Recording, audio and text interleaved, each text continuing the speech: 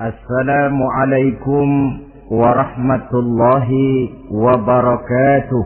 Waalaikumsalam warahmatullahi wabarakatuh. Bismillahirrahmanirrahim.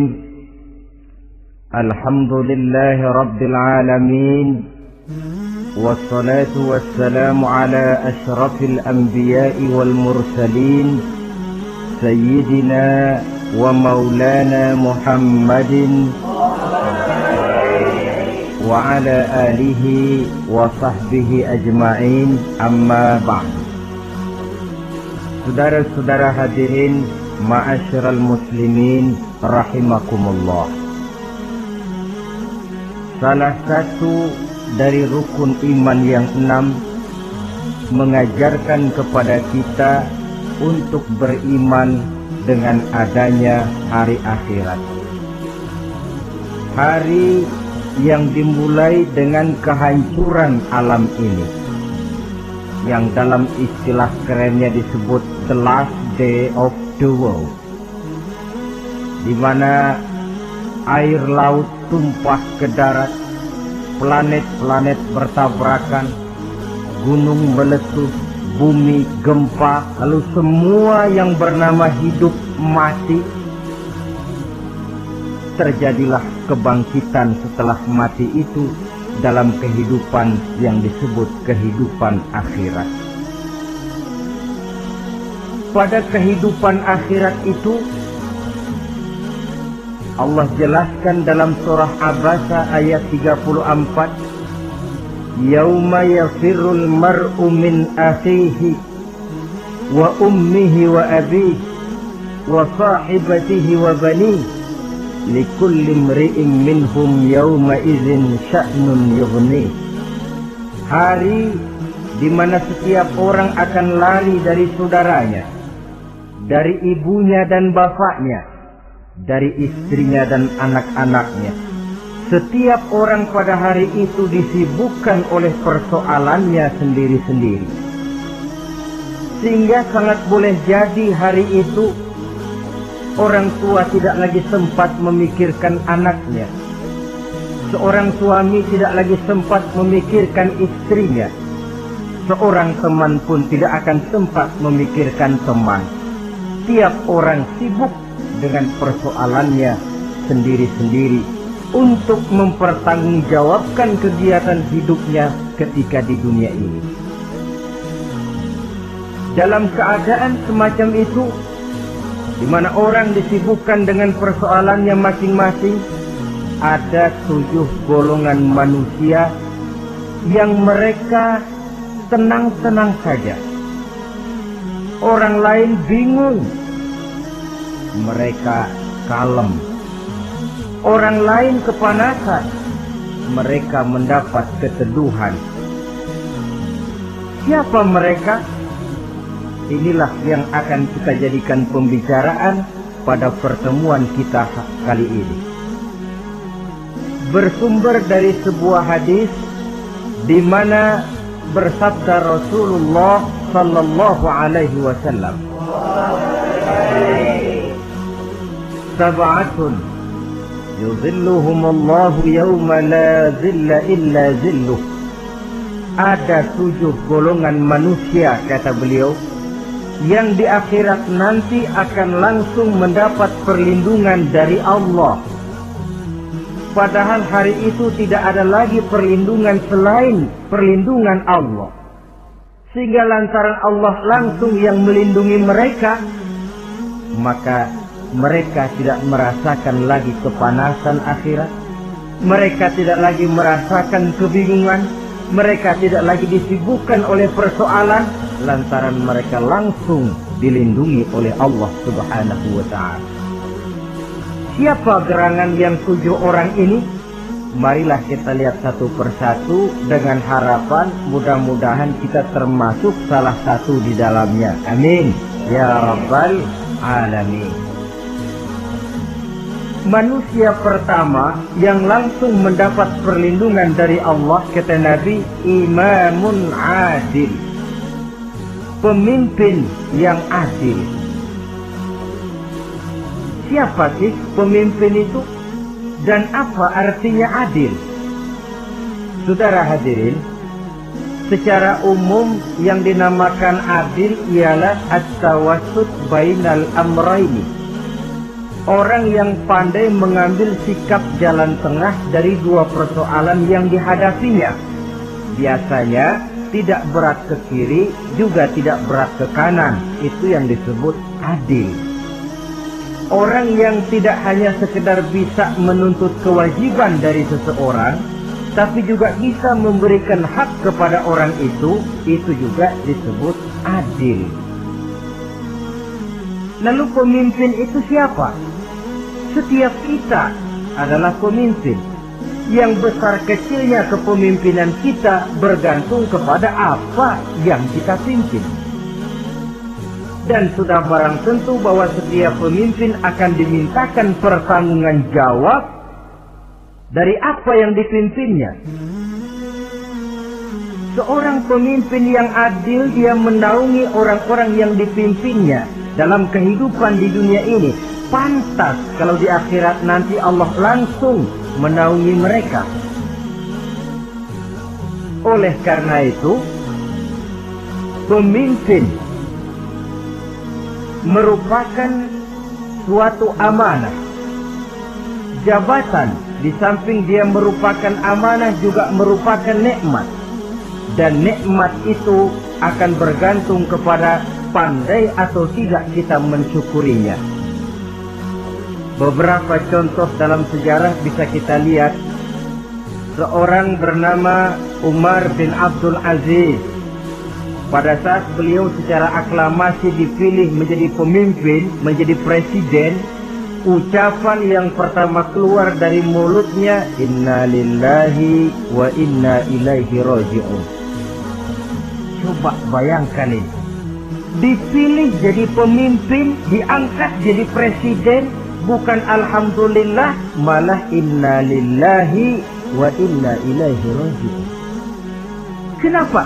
Dia anggap jabatan itu adalah amanah. Menyia-nyiakan amanah berarti khianat. Dan khianat ini adalah dosa besar. Pantaslah kalau Allah Subhanahu wa ta'ala memperingatkan, nikmat bisa saja berubah menjadi azab kalau kita tidak pandai mensyukurinya. La in syakartum la azidannakum wa la in kafartum inna azabi lasyadid. Kalau kamu pandai bersyukur, aku tambah nikmatku. Tapi kalau kamu tidak pandai bersyukur, kamu ingkar, kamu lupakan nikmat Allah, awas, azabku amat pedih, kata Allah. Jadi berdasarkan logika dari ayat ini bisa kita katakan orang kaya. Ada orang kaya nggak di sini? Ada orang kaya nggak? Yang kaya tolong dengerin. Orang kaya itu bisa masuk surga karena hartanya. Pun orang kaya banyak yang masuk neraka juga gara-gara hartanya. Tergantung syukur apa tidak syukur. Orang alim, ada yang alim di sini? Tolong dengerin orang alim, yang ustadz, yang kiai. Orang alim bisa saja masuk surga karena ilmunya, dan orang alim pun bisa masuk neraka karena ilmunya. Pejabat, ada pejabat? Pejabat itu bisa masuk surga karena jabatannya, pun pejabat itu bisa masuk neraka karena jabatannya, bergantung syukur apa tidak. Kalau ada orang kaya, hartanya didapat dari jalan yang halal, berusaha menurut yang disyariatkan oleh Allah. Lalu hartanya itu tidak cuma untuk ditumpuk 7 turunan, namun juga berfungsi sosial. Dia bantu pembangunan masjid, dia makmurkan majelis taklim, dia santuni yatim piatu. Orang kaya macam itu dengan hartanya, insya Allah bisa sampai ke surga. Tapi kalau ada orang kaya, hartanya didapat dari segala macam cara, asal harta tercapai segala cara halal, perlu jilat atas, perlu injak bawah, perlu sikut kiri kanan, sikut kiri kanan. Setelah dapat harta lalu pelitnya 17 setan. Tidak mau zakat, infak, apatah lagi sedekah. Orang kaya macam itu dengan hartanya bisa masuk neraka. Na'udzubillah min. Ada orang alim, dengan ilmunya dia bimbing umat. Dia katakan yang halal itu halal, yang haram itu haram. Dia katakan yang hak itu adalah hak, yang batil adalah batil. Dia tidak peduli apapun resikonya. Orang alim semacam itu dengan ilmunya bisa sampai ke surga. Tapi kalau ada orang alim, dengan ilmunya dia malah membodoh-bodohi orang yang memang sudah bodoh. Yang halal dibilang haram, yang haram dibikin remeng-remeng. Menjadi penjilat ke sana kemari. Orang alim semacam itu bisa masuk neraka karena ilmunya. Begitu juga pejabat, pemimpin. Kalau dengan jabatannya sebagai pemimpin dia berlaku adil, menaungi rakyatnya. Orang besar salah dihukum, orang kecil salah juga dihukum. Tidak hanya pandai menuntut kewajiban, tapi juga pandai memberikan hak. Pemimpin yang adil semacam ini mensyukuri nikmatnya jabatannya, dia bisa sampai ke surga karena jabatannya. Tapi kalau dengan jabatannya dia berlaku sewenang-wenang, yang besar salah didiamkan, yang kecil salah segera ditegakkan hukum, hanya pandai menuntut kewajiban dari rakyatnya tapi tidak pandai memberikan hak, maka pemimpin semacam ini lantaran tidak pandai mensyukuri nikmat, bisa saja nikmat itu berubah menjadi azab. Oleh karena itu saudara-saudara, pemimpin menaungi rakyat, pantas kalau di akhirat nanti Allah langsung menaungi beliau.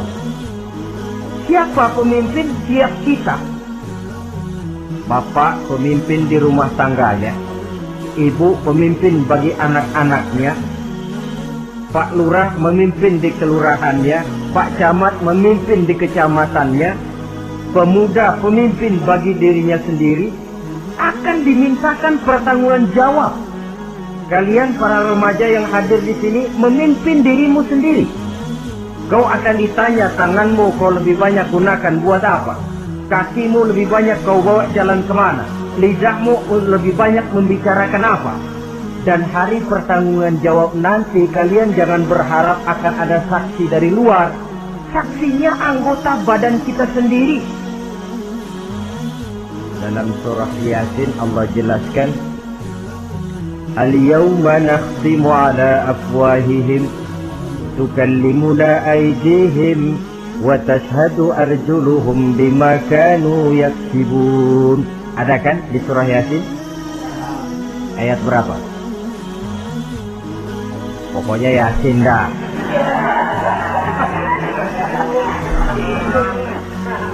Daripada repot-repot, pokoknya Yasin gitu aja biar urusan lancar. Al-yawma nakhtimu ala afwahihim. Pada hari itu kami kunci mulut mereka. Jadi tidak pandai lagi mulut ini bicara. Wa tukallimuna aydihim, tangan-tangan mereka yang akan bicara kepada kami.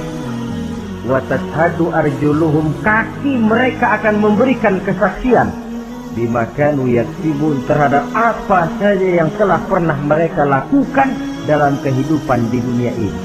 Hari pertanggungan jawab. Oleh karena itu kalau kita memimpin diri sendiri, berlakulah adil kepada diri sendiri.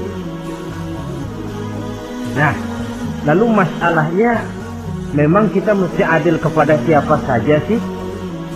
Ada 3 hal pokok yang kita harus berlaku adil. Pertama, adil kepada Allah. Yang kedua, adil kepada sesama makhluk. Dan yang ketiga, adil kepada diri sendiri. Adil kepada Allah artinya apa? mendahulukan hak Allah daripada kepentingan pribadi. Kalau sudah datang waktu sholat asar misalnya, walaupun sedang enaknya latihan voli, berhentilah dulu sebentar. Sholat kita adil kepada Allah. Adil kenapa? Dalam contohnya dengan sholat misalnya, sholat itu kan sehari semalam 5 waktu yang wajib. Betul Abu, betul? 5 waktu. Nah sholat itu, kalau sholat bagus, taruhlah 7 menit. Kalau sholatnya itu kilat, 4 menit.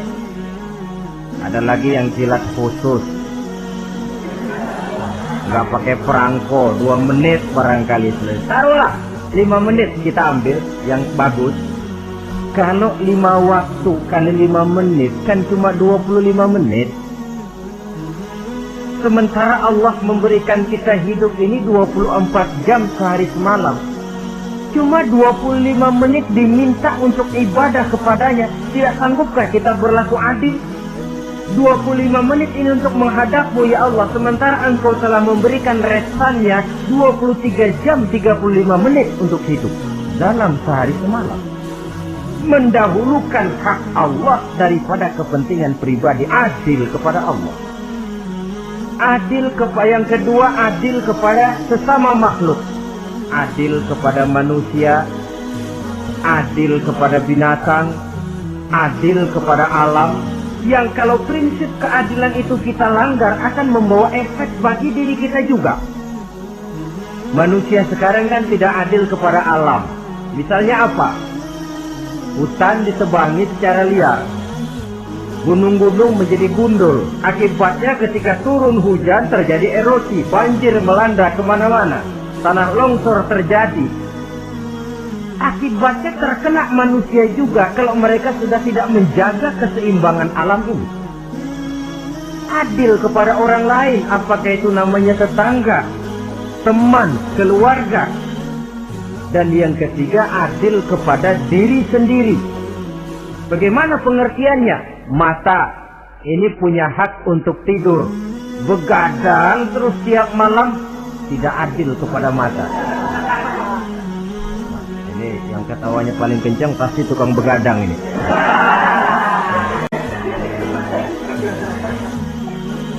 Perut ini punya hak untuk tidur. Puasa saja siang malam, mengurangi hak perut. Adil kepada diri sendiri.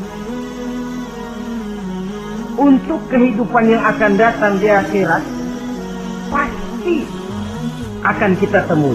Kita yakini keberadaannya. Yang oleh karena itu, kalau kebetulan kita ini adalah pemimpin, sekurang-kurangnya pemimpin bagi diri sendiri, marilah kita berusaha menjadi pemimpin yang adil. Supaya nanti di akhirat, Allah Subhanahu wa ta'ala memberikan perlindungan langsung kepada kita. Amin ya rabbal alamin. Ini yang pertama.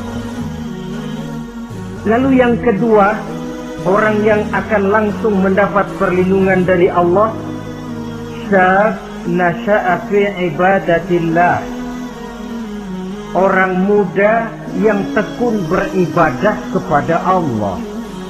Anak muda yang rajin ibadah. Kenapa kok Nabi bilang anak muda, bukan orang tua? Apa orang tua yang rajin ibadah Allah nggak senang? Tentu Allah senang.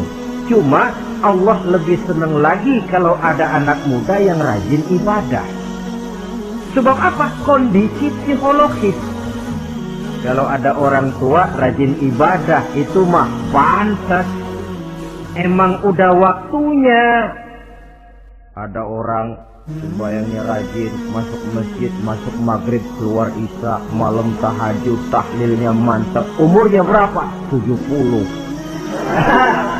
Enggak istimewa. Itu memang sudah mestinya. Lagian kalau sudah 70 masih bandel aja, kapan mau taubat? Tapi kalau ada anak muda, darahnya masih mengalir dengan panas, Dia masih berusaha mencari bentuk-bentuk kepribadian dalam dirinya. Dia masih mudah terpengaruh oleh lingkungan, tapi dia sanggup memblokir itu, disalurkannya di jalan Allah. Dia tekun beribadah. Allah cinta betul pemuda semacam itu. Sehingga nanti di akhirat mereka langsung mendapat perlindungan dari Allah Subhanahu wa ta'ala. Selalu pembangunan yang mengarah kepada modernisasi diikuti dengan proses pergeseran nilai. Dalam kondisi semacam ini, kehidupan remaja pemuda yang masih mencari identitas dan pembentukan kepribadiannya mudah terpengaruh oleh hal-hal yang ada di sekelilingnya.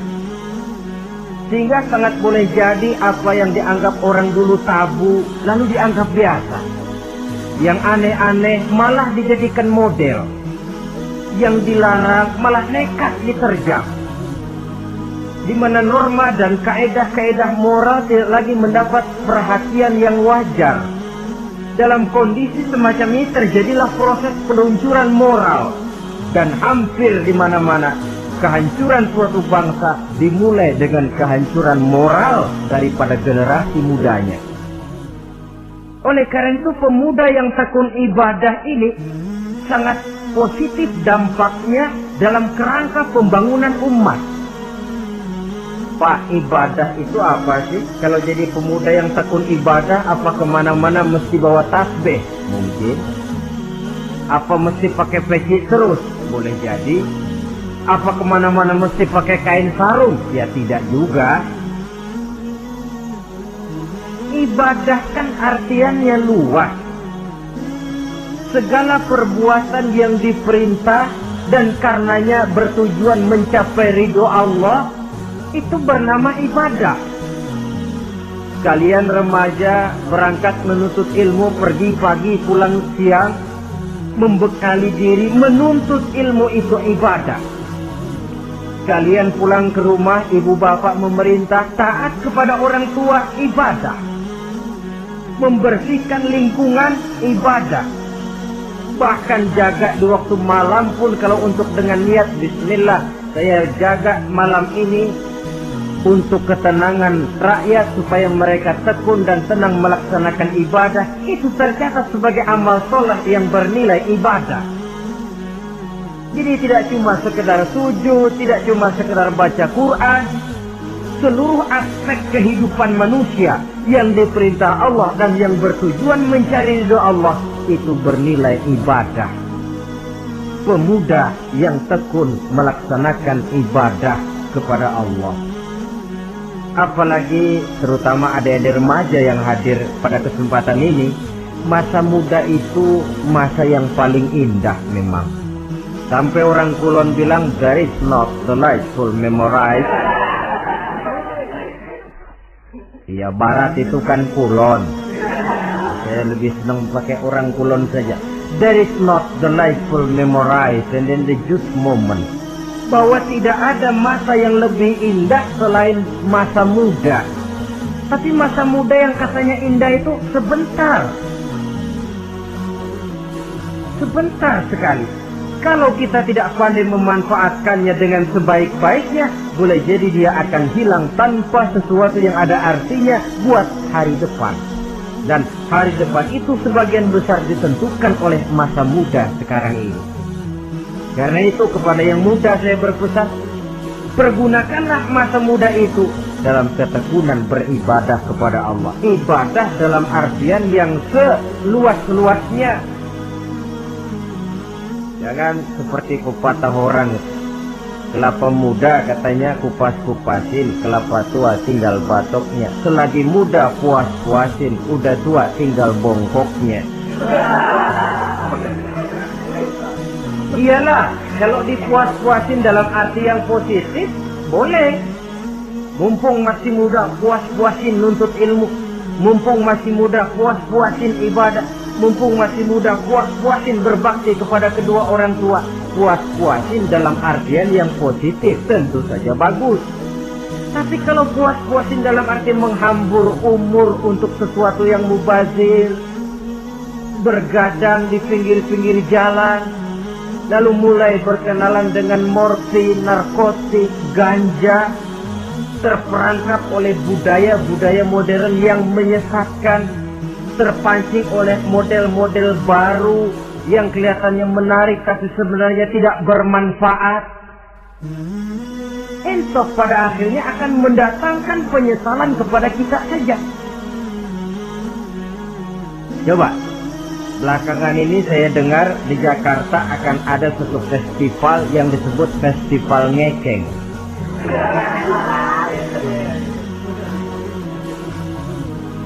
Ngeceng ini kalau bahasa gampangnya nampang.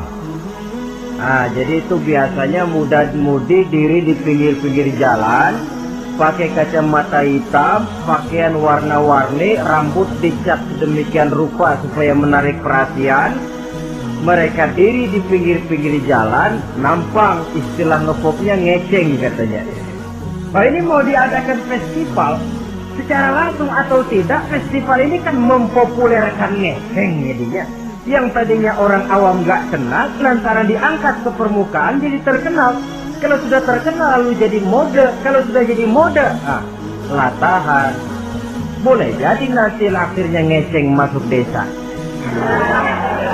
Bukan cuma sekedar abri masuk desa, bukan cuma sekedar koran masuk desa, ngeceng pun bisa saja masuk desa.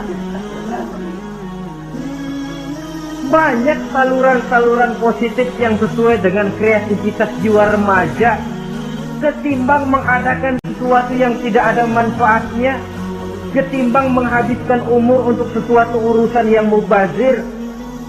Sedangkan umur bukan jatah gratis tanpa batas waktu. Ada pertanggungan jawab.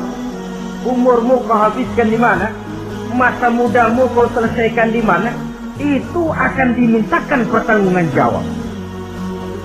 Nah, pemuda yang tekun ibadah kepada Allah, dampak positifnya apa? Dia punya sandaran vertikal kepada Allah. Jiwanya besar, jiwanya mandiri. Dan ini yang kita perlukan. Pemuda yang siap jadi pelopor, bukan pengekor. Pemuda yang sanggup mandiri dan bukan membanggakan keturunan leluhurnya. Kata pepatah, wa khairun nasi dzu syarafin qadimin aqama li nafsihi syarafan jadida wa syarrun nasi dzu khumulin idza fakhartahum zakarul jaduda. Generasi yang baik adalah generasi yang punya kejayaan masa lalu, dan buat mereka sendiri mereka mampu mendirikan kejayaan yang baru. Artinya nenek moyangnya memang orang-orang terhormat, tapi dia mampu mandiri mendirikan kehormatan itu bagi pribadinya. Sebaliknya, generasi yang paling jelek adalah generasi pemalas, yang kalau orang lain kelihatan lebih hebat, dia sebut-sebut nenek moyangnya. Lu sih belum apa-apa, bapak gua dong, bapak gua katanya. Lu sih belum apa-apa, om saya dong, tante saya dong. Kerjanya cuma membangga-banggakan leluhur, dia sendiri tidak ada apa-apanya. Ini generasi yang paling jelek. Kalau orang kelihatan lebih hebat, dia sebut leluhurnya. Sementara dia sendiri nol nilainya, tanpa ditunjang oleh fasilitas leluhurnya. Pasukan pemuda mandiri macam ini yang kita perlu. Bukan sekedar pasukan pemuda oke bos, kulun nuwun, yes sir, yes man, kumaha juragan wae.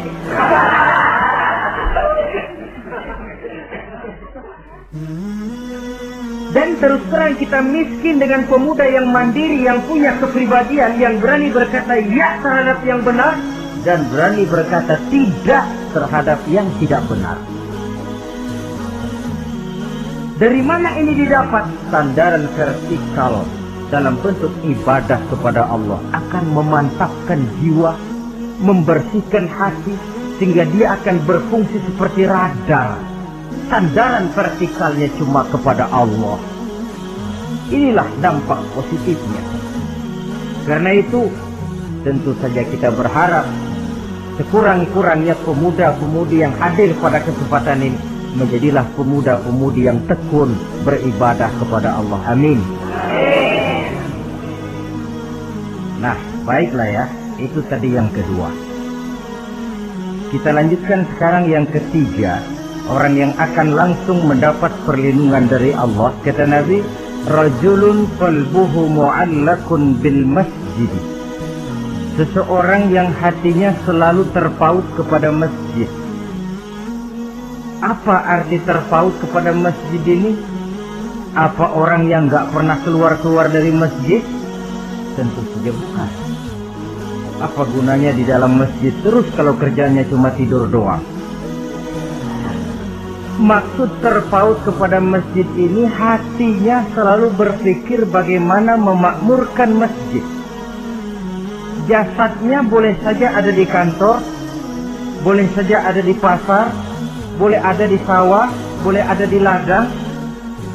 Tetapi hasil daripada usahanya dia lalu berpikir bagaimana memakmurkan masjid. Sebab apa? Masjid merupakan center of activity, pusat daripada kegiatan umat. Kalau kita lihat fungsi masjid di zaman Rasul, di masjid beliau berdakwah, di masjid beliau mengatur negara, di masjid beliau mengadakan perundingan, di masjid beliau bermusyawarah dengan para sahabat. Pusat daripada kegiatan umat. Dan memakmurkan masjid ini dasarnya tidak lain karena iman kepada Allah. Prinsipnya bagaimana kita menghidupkan masjid dan bukan mencari hidup di masjid. Kalau sudah prinsipnya dibalik, bukan menghidupkan masjid tetapi mencari hidup di masjid, saya khawatir masjid akan ambruk. Nyatanya kadang-kadang masjid kita ini fungsinya belum maksimal. Kadang-kadang ada kok masjid yang bukanya cuma seminggu sekali. Jumat pagi jam 9 masjid buka, Jumat jam 2 tutup, buka-buka lagi Jumat depan. Seminggu sekali. Kelemahan lainnya manajemen masjid, terus terang sajalah kita bicara. Kadang-kadang pengelolaannya ketua masjid bapaknya, khotib mantunya, sekretaris ponakannya, imam Bilal cucunya. Gak ada orang lainnya. Ya kalau bagus kepengurusannya tidak apalah. Tapi kadang-kadang kelemahannya ialah bagaimana menciptakan manajemen masjid yang baik sehingga masjid bisa berfungsi sebagaimana fungsinya di zaman Rasulullah Sallallahu Alaihi Wasallam. Apalagi belakangan ini ada kecenderungan yang membuat kita optimis, gembira.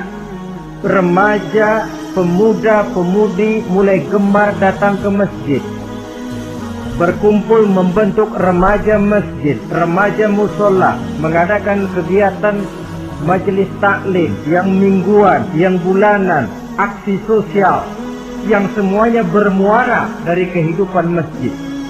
Sesuatu yang menggembirakan.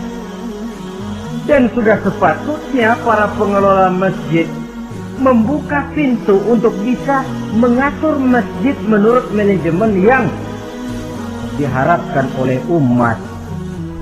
Karena bagaimanapun di masjid dua jalur komunikasi, bahasa kerennya two-way traffic communication, itu bisa kita laksanakan, yaitu hablum minallah wa hablum minan nas. Berhubungan kepada Allah dan berhubungan kepada sesama manusia bisa terlaksana di masjid.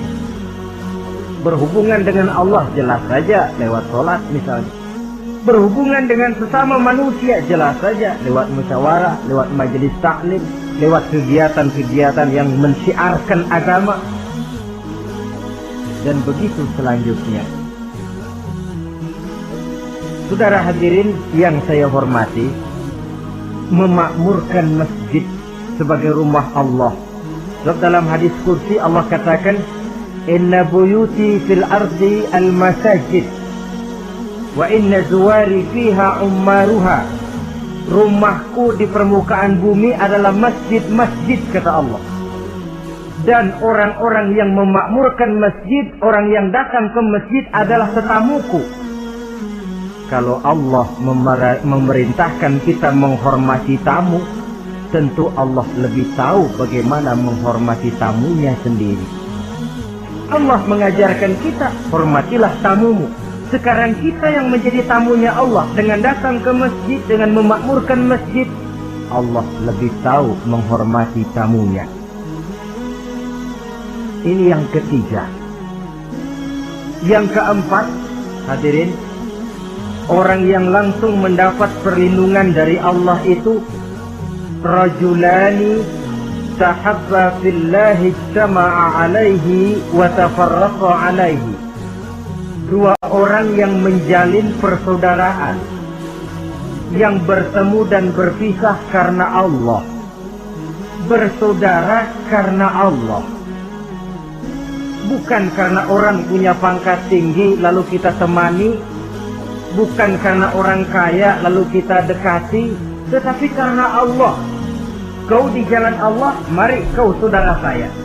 Kau keluar dari jalan Allah, maaf sajalah, bawalah dirimu sendiri, saya akan membawa diri saya.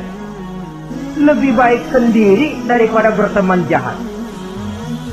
Berdua memang lebih baik daripada sendiri, tapi sendiri lebih baik daripada berteman jahat. Maksudnya apa ini? Sederhana dalam benci, sederhana dalam cinta. Ukurannya Allah. Al-Quran mengisyaratkan وَعَسَىٰ أَن تُحِبُّوا شَيْئًا وَهُوَ شَرٌّ لَكُمْ وَعَسَىٰ أَن تَكْرَهُوا شَيْئًا وَهُوَ خَيْرٌ لَكُمْ.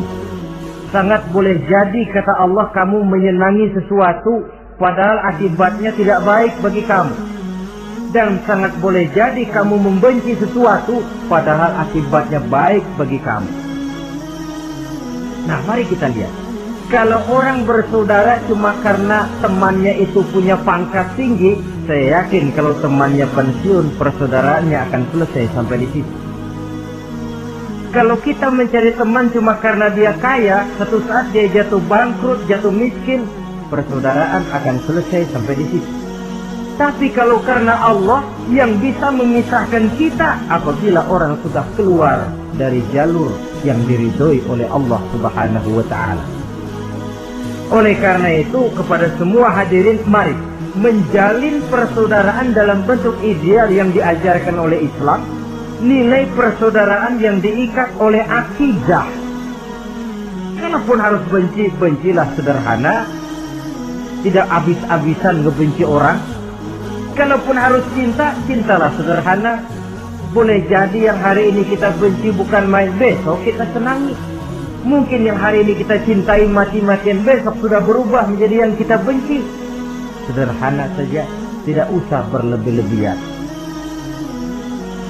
Kalau nilai persaudaraan yang diajarkan ini bisa kita wujudkan, persaudaraan yang diikat dengan nilai akidah, maka dari persaudaraan semacam itu, insya Allah kita bisa berbuat banyak untuk kepentingan diri, keluarga, masyarakat kita pada umumnya.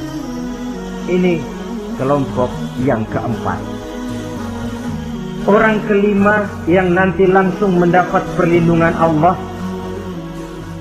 rajulun da'athum ra'atun zatu mansibin wa jamalin ila nafsiha faqala inni akhafullaha rabbal alamin.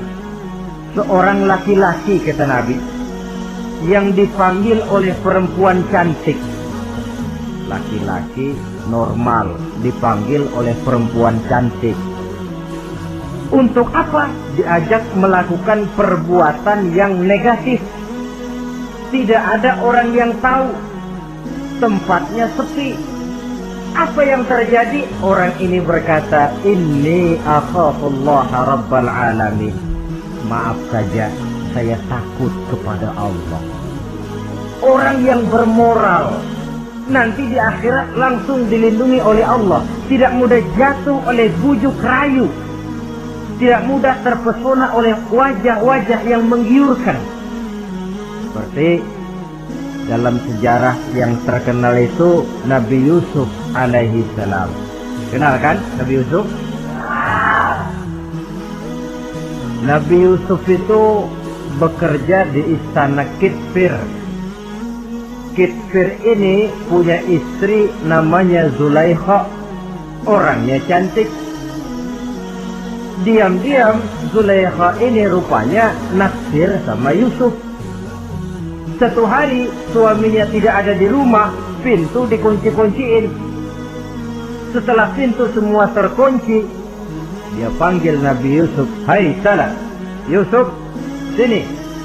Kata Yusuf, "Mau ngapain?" "Pokoknya sini." "Iya, mau ngapain?" "Iya, kayak orang-orang, ngapain sih?"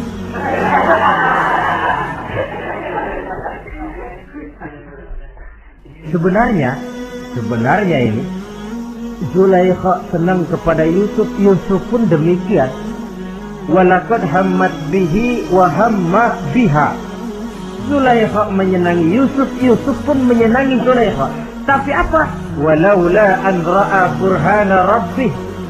Andai kata Yusuf tidak melihat peringatan Tuhannya, letter S. Yusuf, ini bukan pekarangan ente, dilarang parkir di sini. Sehingga walaupun tidak ada yang tahu, tidak ada yang melihat, Nabi Yusuf selamat dari bujuk rayu Zulaikha. Mempertahankan nilai-nilai moral di tengah kemajuan zaman memang merupakan pekerjaan yang tidak ringan. Merupakan pekerjaan yang sangat berat. Akan ada saja cobaan, akan ada saja gangguan yang kita temui di sepanjang perjalanan hidup ini. Tapi sebaliknya, kalau orang sudah tidak lagi menjunjung moral yang tinggi, lalu hidup menurut selera sendiri-sendiri, ya kita lihatlah lahirnya kebudayaan kumpul kebo yang diawali dengan free sex yang mengarah kepada Samen Leven alias hidup bersama tanpa nikah. Memang sebabnya boleh jadi macam-macam. Mungkin karena broken home, nggak merasa diperhatikan di rumah, ibu bapak sibuk lalu anak mencari kesibukan sendiri. Mungkin karena tekanan ekonomi dalam kehidupan miskin, lalu ada yang menawarkan kerjaan, tidak taunya malah dilemparkan ke lembah hitam. Mungkin juga karena pengaruh pergaulan dari lingkungan baik-baik lalu berteman dengan yang tidak baik, hanyut di telan arus pergaulan. Mungkin juga pengaruh kebudayaan yang dia tonton, buku yang dia baca, film yang dia lihat, ikut mewarnai dan membentuk kepribadiannya. Tapi apapun alasannya, satu hal yang jelas, semuanya berangkat dari rapuhnya pegangan orang kepada nilai-nilai agama. Sebab sumber nilai moral yang tertinggi tidak lain agama adanya. Intinya apa? Intinya tidak lain, orang yang beragama itu meyakini bahwa kemanapun dia pergi, dimanapun dia berada, Allah selalu melihat yang dia lakukan. An ta'budallaha ka'annaka tarahu wa illam takun tarahu fa innahu yaraka. Begitu yang kita pelajari dalam ihsan. Engkau beribadah kepada Allah seolah-olah kau lihat Allah. Kalaupun Allah tidak kau lihat, yakinlah Allah melihatmu. Jadi kalau saya sendiri, yang kedua itu Allah. Dibujuk rayu oleh cewek cakep, ayo dah bang, gak ada orang, kita cuma berdua. Dia bilang enggak, kita nggak berdua, bertiga. Berdua bang, bertiga. Yang ketiga siapa? Lu, gue, Allah, tiga.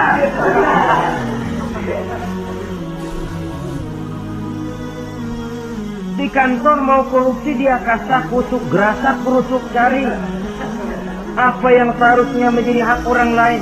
Tidak ada yang lihat, tapi dia tidak sendiri. Saya berdua. Yang kedua, Allah. Merasakan kehadiran Allah dekat dalam hidup.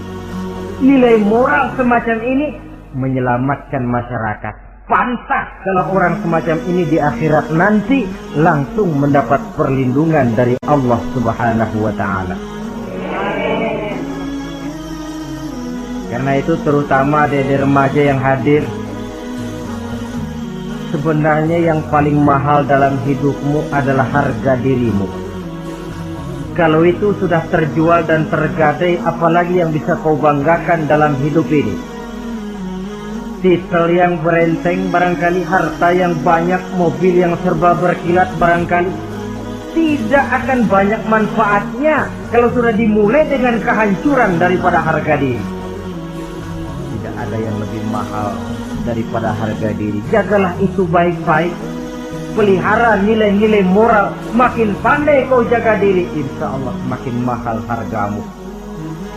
Dalam pandangan manusia, lebih-lebih juga dalam pandangan Allah. Pantas kalau pepatah bilang innamal umamul akhlaqu ma baqiyat fa in zahabat humu akhlaquhum zahabu. Suatu bangsa akan tegak kalau dia masih punya nilai moral. Bila hancur moral itu, hancur jugalah ketegakan daripada bangsa itu sendiri. Ini yang kelima. Yang keenam, masih dua lagi. Orang keenam yang nanti akan langsung mendapat perlindungan dari Allah, rajulun zakarallaha khaliyan fafatat ainahu. Seseorang yang mengingat Allah dalam kesunyian, lalu berlinang air matanya. Tengah malam dia bangun, bertahajud dia kepada Allah. Gemersik tikar tersentuh tangan, laksana lambaian tangan malaikat maut nak datang merenggut nyawa. Terbayang segala dosa dan kesalahan, tergambar semua kekeliruan yang dilakukan dalam hidup. Lalu air mata pun tanpa terasa berurai membasahi pipi. Orang yang mengingat Allah dalam kesunyian. Saudara, tidak ada orangnya itu yang tidak punya dosa. Coba saya mau tanya, yang kumpul di sini ada nggak orangnya yang nggak punya dosa? Tidak ada. Dan memang orang yang baik itu bukan orang yang tidak punya dosa. Sebab tidak ada orang yang tidak punya dosa. Orang yang baik adalah orang yang apabila dia melakukan dosa, dia segera sadar, dijadikannya itu sebagai pelajaran untuk tidak diulanginya lagi pada masa yang akan datang. Dengan kata lain, mengingat Allah dalam kesunyian itu artinya bertaubat. Ini kan anak muda sekarang nih, kalau diajak bicara taubat, taubat mah urusan 70 ke atas, Pak. Kita ini masih lama. Padahal masalah taubat bukan masalah tua. Masalah taubat adalah masalah dosa. Dan masalah dosa adalah masalah manusia sejak dia akil balik sampai dengan kehidupannya yang sekarang. Sengaja atau tidak, besar atau kecil, ringan atau berat, tiap kita mesti mempunyai yang namanya dosa. Allah Maha Penerima taubat sepanjang nafas belum sampai di kerongkongan. Jadi kalau nafas sudah sampai di tenggorokan, baru kita mau melaksanakan yang namanya taubat. Kasihlah itu.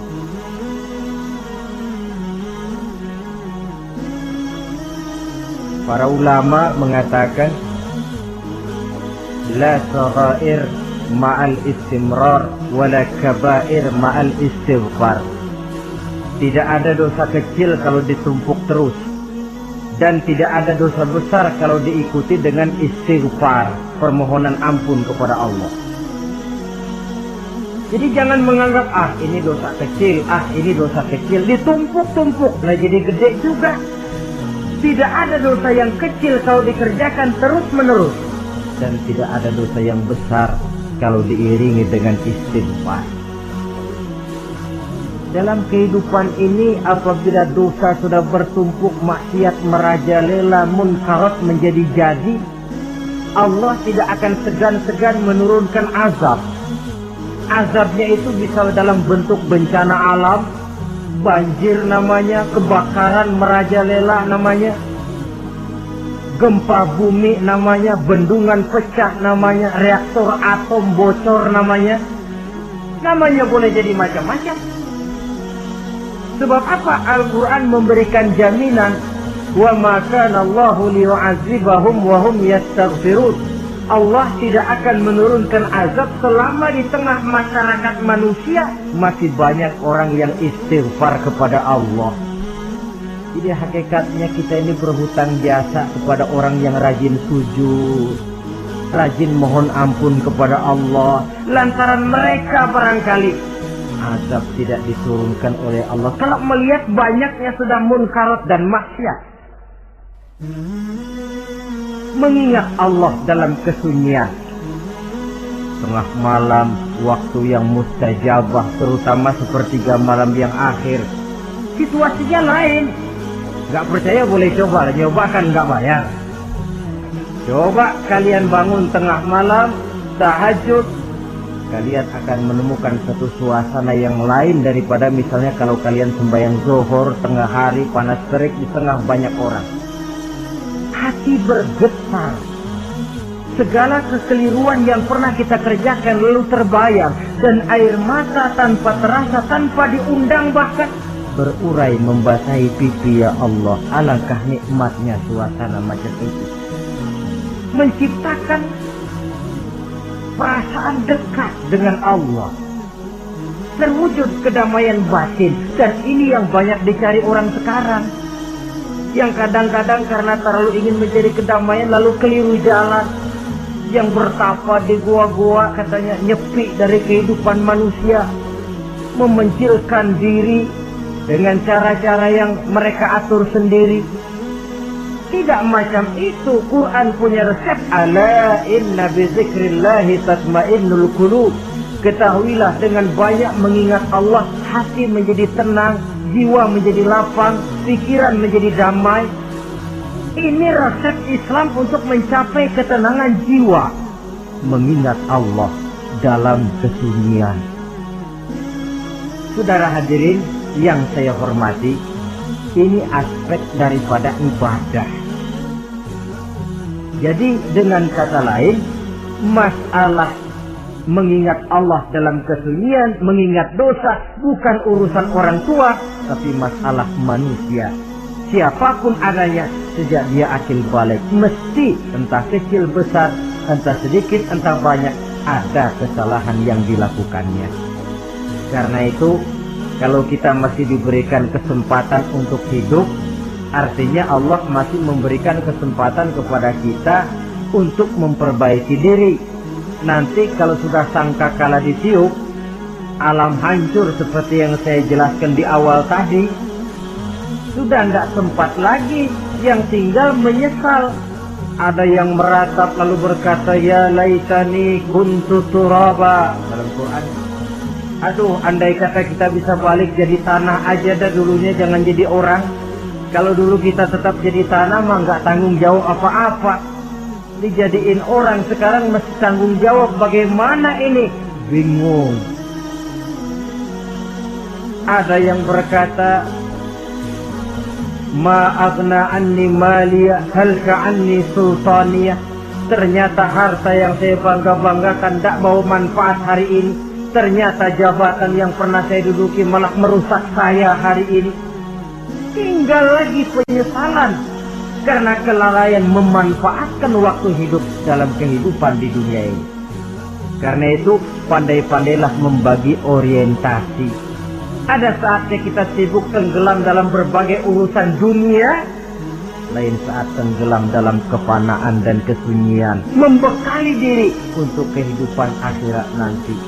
Sebentar meninggalkan dunia, rekes kepada Allah, mi'raj, naik menghadap Allah, supaya terwujud keseimbangan untuk mencapai fid dunya hasanah wa fil akhirati, kebahagiaan dan kebaikan di dunia maupun di akhirat nanti.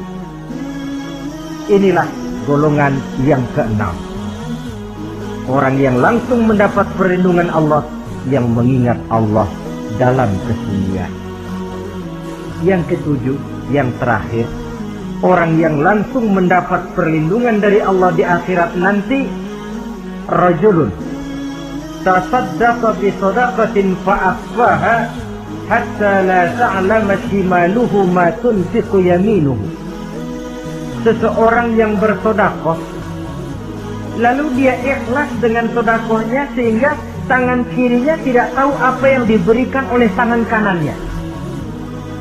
Orang yang pemurah, orang yang menyadari bahwa apapun yang dia punya dalam hidup ini cuma sekedar titipan,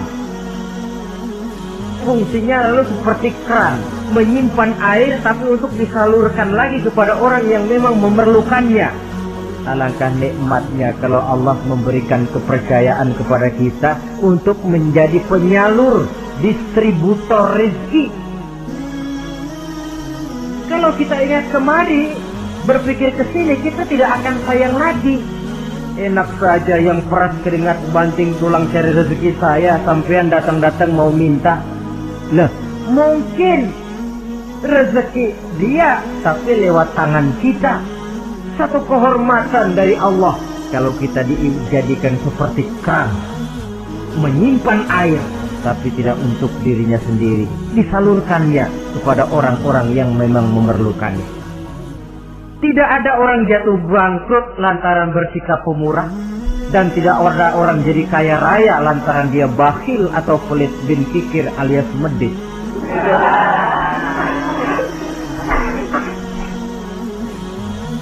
Dalam kitab Riyadhus Shalihin kita baca tiap pagi ke alam ini turun 2 malaikat. Kita nggak tahu. Dua-duanya berdoa, yang sebelah kanan berdoa, yang sebelah kiri berdoa. Kata yang sebelah kanan doanya tiap pagi ini.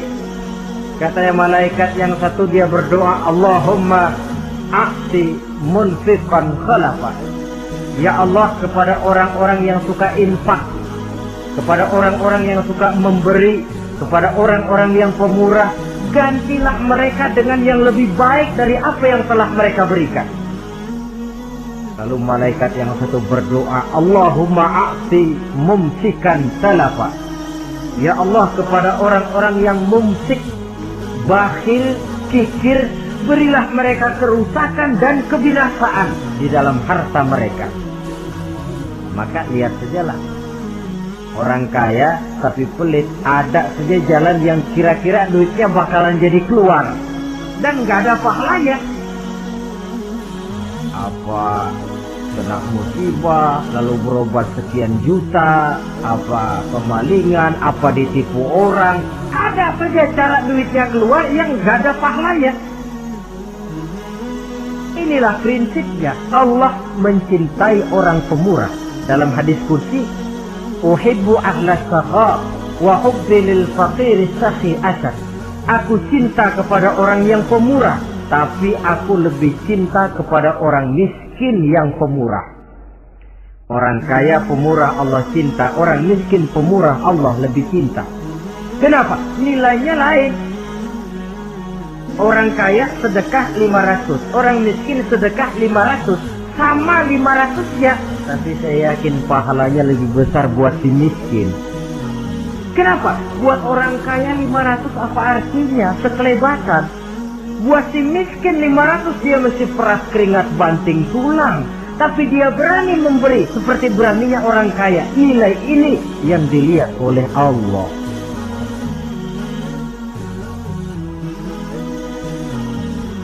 Islam mengakui hak milik pribadi, tapi harus berfungsi sosial.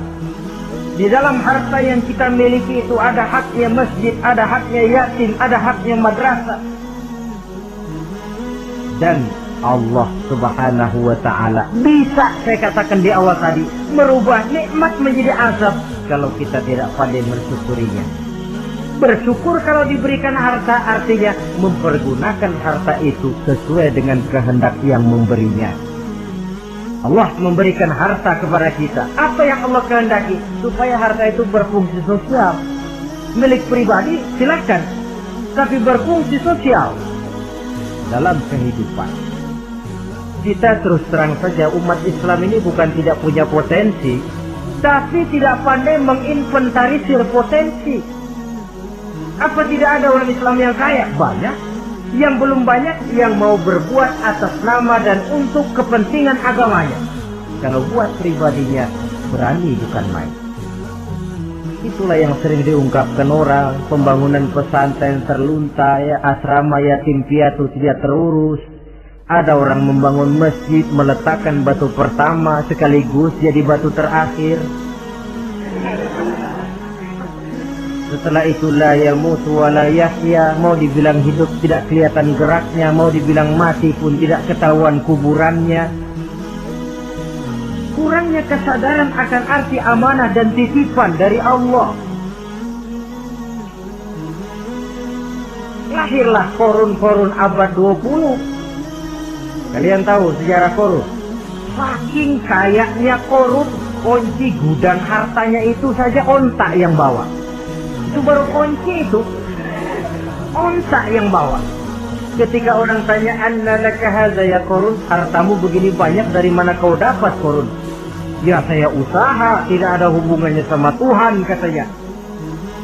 Apa yang terjadi? Lantaran kekurang ajarannya, melupakan nikmat, Qarun dan seluruh harta bendanya ditenggelamkan Allah oleh gempa bumi. Makanya orang sekarang kalau dia maco ketemu harta, apa katanya? Gue dapat harta karun. Peninggalan si Qarun itu barangkali dahulunya.